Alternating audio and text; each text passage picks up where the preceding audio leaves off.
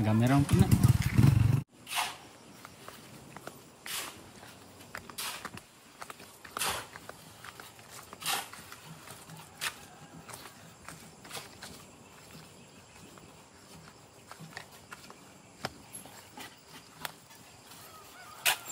Eh naman lagi may boss diha.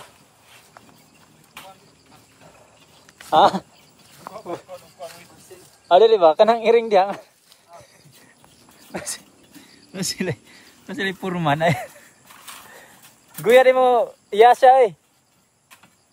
Purman.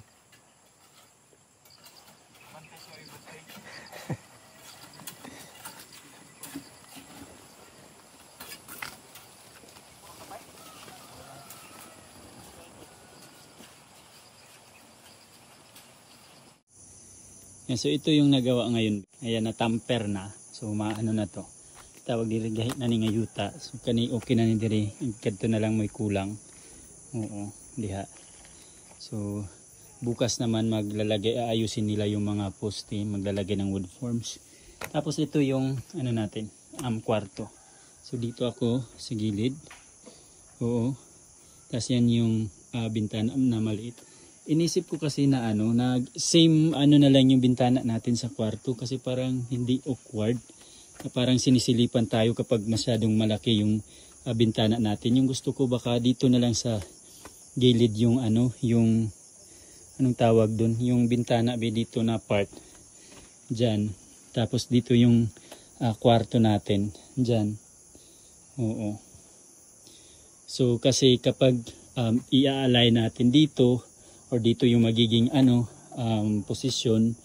Oo, so feeling ko okay pa rin kung dito okay pa rin, hindi tayo direkta na maano dito sa bintana. So if may malaki tayo na bed, so malaki talaga yung kakainin. So mga dyan, tapos dito at least dito pwede na dito sa gilid pwede dito yung mga kung may extra cabinet or ano dito, kaya dito. So pwede dito. Oo. Para daw makumpak talaga yung ano, kailangan patubigan daw yung tinambak na lupa.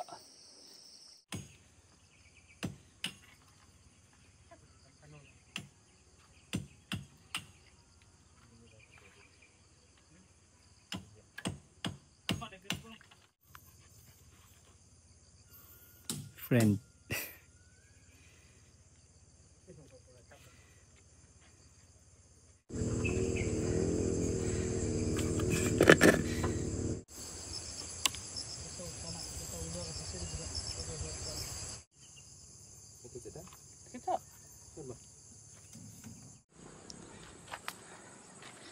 Ito yung nagawa nila ngayon.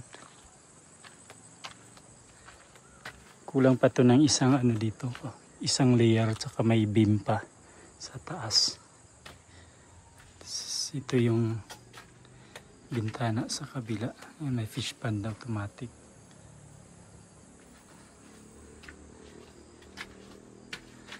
Yan yung label ata. Ito yung pinaka-last.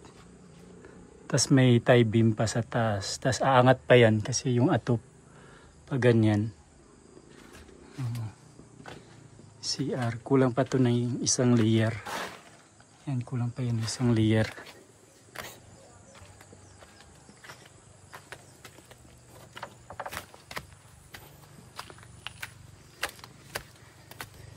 Ito yung sa likuran.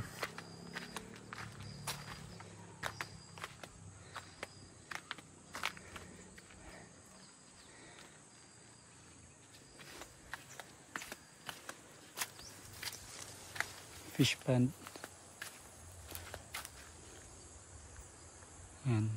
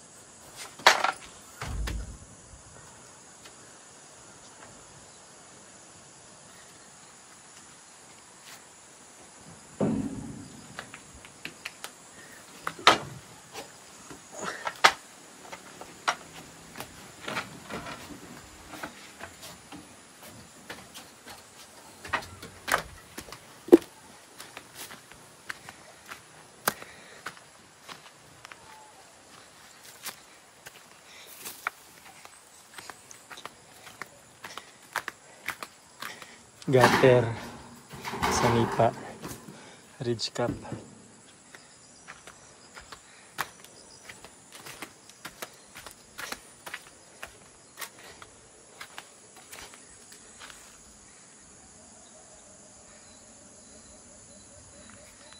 Fish pond.